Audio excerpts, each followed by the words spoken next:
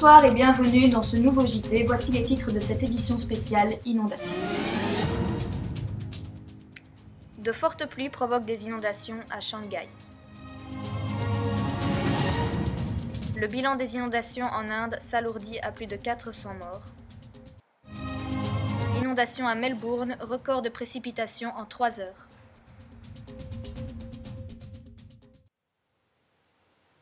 Bonsoir et bienvenue dans cette émission spéciale Cas d'inondation. Comme pour chaque émission, nous vous proposons de compléter le formulaire en ligne Google Forms dont le lien va s'afficher ci-dessous. Commençons d'abord par le premier cas, Shanghai. En septembre 2017, Shanghai est frappé par de fortes pluies, causant de multiples inondations à travers la ville. Voici un reportage signé Georges Thomas. La pluie accumulée a dépassé 25 cm dans certaines sections routières alors qu'environ 200 boutiques ont été inondées le long de la rue Xinyan, selon le centre municipal des contrôles des inondations. La plus grave inondation s'est produite à un passage pour piétons de la rue Lanshan où l'eau dépassait 120 cm, a indiqué le centre dans un communiqué. Plus de 10 habitations ont été inondées dans le bourg de Xiukou. Plus de 500 personnes chargées de l'assainissement et 15 véhicules ont été mobilisés pour dégager l'eau accumulée et la circulation perturbée par les inondations a été rétablie. Des tempêtes de pluie ont frappé lundi matin le centre-ville de Shanghai et les arrondissements de Chongmin, de Jiading, de Baochang et de Pudong, des précipitations dépassant 50 mm en 2 heures. Les précipitations ont dépassé 145,1 mm dans l'arrondissement de Baochang de dimanche à 8h à lundi à 8h, établissant un record pour septembre selon des informations météorologiques. Nous sommes le 19 août 2018. Dans le sud de l'Inde, plus précisément dans la région de Kerala, suite à de fortes inondations, plus de 725 000 personnes ont dû se réfugier dans des camps d'urgence. Un reportage signé Sophie Boujman. La mousson dévastatrice continue de mettre au supplice l'État du Kerala dans le sud de l'Inde. Le bilan estimé des inondations qui sévissent depuis plusieurs mois, les plus graves depuis un siècle dans la région, est désormais de plus de 400 morts, a annoncé dimanche 19 août le porte-parole du gouvernement de l'État du Kerala.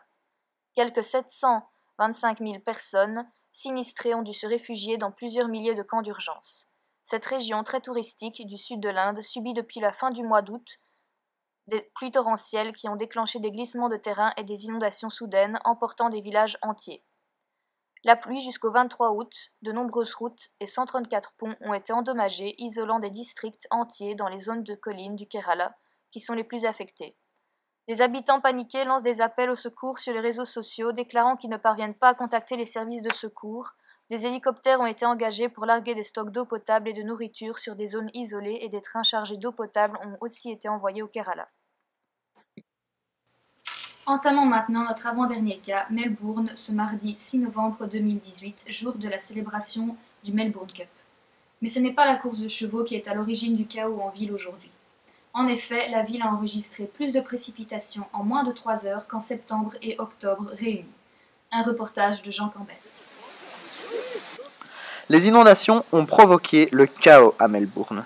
Les voitures ont été submergées et certains automobilistes ont été contraints de pousser leurs véhicules à travers les eaux de crue.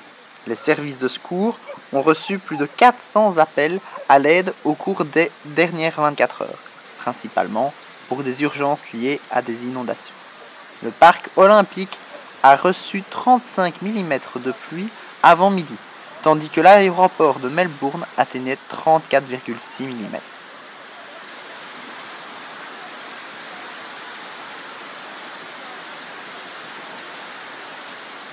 Ce matin, des vols ont été déroutés de l'aéroport de Melbourne en raison de conditions d'atterrissage dangereuses.